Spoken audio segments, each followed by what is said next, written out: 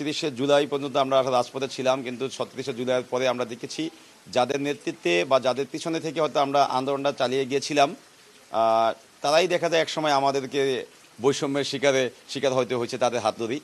কিন্তু তারপরে আমরা চেষ্টা করেছি যে আমরা যারা ছিলাম, আমরা সবসময় যে উদ্দেশ্য নিয়ে মূলত আমরা রাজপথে গিয়েছিলাম, সেই উদ্দেশ্যগুলো বাস্তবায়নের জন্য আমরা কিন্তু কখনোই পিছপা হইনি, এবং সেই উদ্দেশ্য সৎ ছিল আমাদের।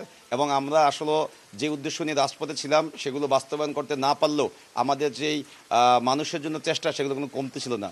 এবং শিক্ষার্থীরা হয়তো সেই বিষয়টি দেখেছেন যে আসলেই আমরা গণঅভ্যুত্থান বা গণঅভ্যুত্থানের পরবর্তী সময়তে সবসময় শিক্ষার্থীদের চাওয়া পাওয়া বা দেশের মানুষের চাওয়া পাওয়াকে নিয়ে কাজ করার মানসিকতা আমাদের মধ্যে আছে, এবং সেই জন্যই কিন্তু শিক্ষার্থীরা যে আমাদের উপরে ভরসা রেখেছেন এবং আমাদেরকে ভোটের মাধ্যমে নির্বাচিত করেছেন। জাকসু এবং জাহাঙ্গীরনগর বিশ্ববিদ্যালয় নিয়ে আমার অনেকগুলো পরিকল্পনা আছে। আমি ইতিমধ্যেই আমাদের জাহাঙ্গীরনগর বিশ্ববিদ্যালয়ের শিক্ষার্থীদেরকে আমাদের সেই পরিকল্পনা জানিয়েছি। তো আমার বর্তমানে একটি প্ল্যান হলো যে জাহাঙ্গীরনগর বিশ্ববিদ্যালয় যারা নির্বাচিত হয়েছে তাদেরকে একসাথে করা, এবং যারা নির্বাচিত হতে পারেনি বা হয়তো কাছাকাছি ভোট পেয়ে অনেকে পরাজিত হয়েছেন, তাদের সবাইকে নিয়ে আমরা একসাথে দলমত নির্বিশেষে একটি নতুন জাহাঙ্গীরনগর বিশ্ববিদ্যালয় বিনির্মাণ করতে চাই, যেখানে একটি শিক্ষার্থী বান্ধব একটা নিরাপদ ক্যাম্পাস থাকবে এবং সকলের চাওয়া পাওয়াগুলো পূরণ হবে।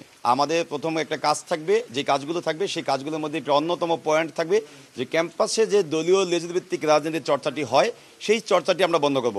কারণ আমরা দেখেছি অতীতে যেই দলই ক্ষমতা ছিল, ওই দলীয় যে ছাত্র সংগঠনগুলো ক্যাম্পাসে সবসময় আধিপত্য বিস্তার করছে, তারা সবসময় ক্যাম্পাসে পেশিশক্তি রাজনীতি, গণরুম কালচার, গেস্টরুম কালচার এগুলো কিন্তু চর্চা করেছে। এই জন্য শিক্ষার যে সুষ্ঠু পরিবেশ সেটি ব্যাহত হয়েছে। তো আমাদের একটি ইশতেহারে ছিল যে ক্যাম্পাসে সম্পূর্ণ নিরাপদ এবং একটি শিক্ষার্থী বান্ধব ক্যাম্পাস হিসেবে আমরা গড়ে তুলব। তো এই ক্যাম্পাসে নিরাপদ এবং একটি শিক্ষার্থী বান্ধব ক্যাম্পাস হিসেবে গড়ে তোলার জন্য আমাদের প্রথম কাজ হবে দলীয় যে লেজভিত্তিক রাজনীতি চর্চা হয় সেই চর্চাটি বন্ধ করতে হবে। কারণ আমরা দেখেছি অতীতে বিভিন্ন দলীয় যে এজেন্ডা সেগুলো বাস্তবায়ন করতে ছাত্র সংগঠনগুলো সবসময় কাজ করে গিয়েছে। তো আমরা ছাত্র সংগঠনগুলোর প্রতি আহ্বান করব, আপনারা শিক্ষার্থীদের কল্যাণে কাজ করার জন্য কিন্তু দলীয় কোনো এজেন্ডা বাস্তবায়ন করতে হয় না, যেটি কিন্তু জাকসুতে আপনারা দেখেছেন যে আমি কোনো দলের ব্যানারে না থেকেও শিক্ষার্থীরা আমার প্রতি আস্থা রেখেছেন ব্যক্তি জিতুর প্রতি। তো যাতে সবাই দলীয় এজেন্ডা বাস্তবায়নের চেয়ে শিক্ষার্থী বান্ধব কাজ করে এবং ক্যাম্পাসের শিক্ষার্থীদের স্বার্থে সবসময় যেন আপোষহীন থাকে, এইভাবেই আসলে ক্যাম্পাসে আমরা কাজ করতে চাই।